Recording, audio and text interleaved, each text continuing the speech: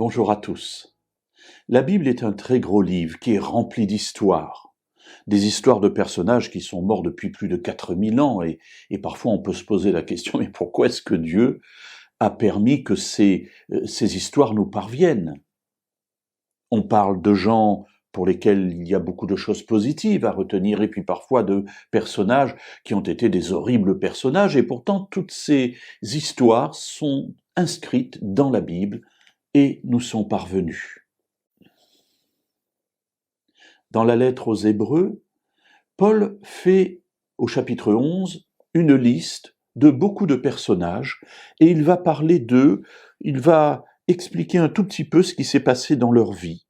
Il va parler d'Abel, d'Enoch, de Noé, d'Abraham, Isaac, Jacob, Moïse, bref, et il dira au verset 32 de ce chapitre: que dirais-je encore, car le temps me manquerait si je passais en revue Gédéon, Barak, Samson, Jephthé, David, Samuel. Voilà, il dit, il y en a tellement, je vous en ai présenté quelques-uns.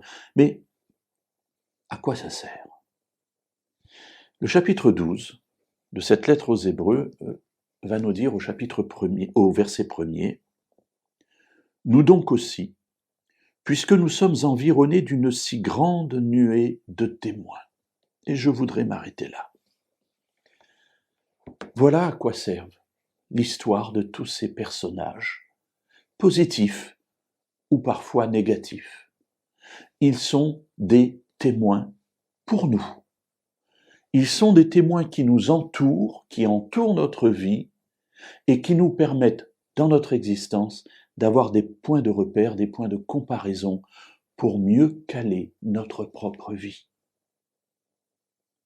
Savoir qu'Adam a existé, c'est intéressant, mais si ça nous sert à rien, c'est juste informatif. Or, l'histoire d'Adam va nous permettre de comprendre des choses sur notre propre existence.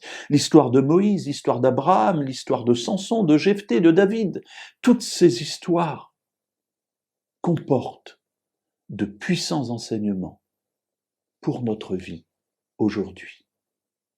Ils sont des témoins de l'action de Dieu, des témoins aussi de l'action de l'adversaire. Et en regardant ces histoires, nous pouvons mieux comprendre comment nous pouvons lutter pour être victorieux.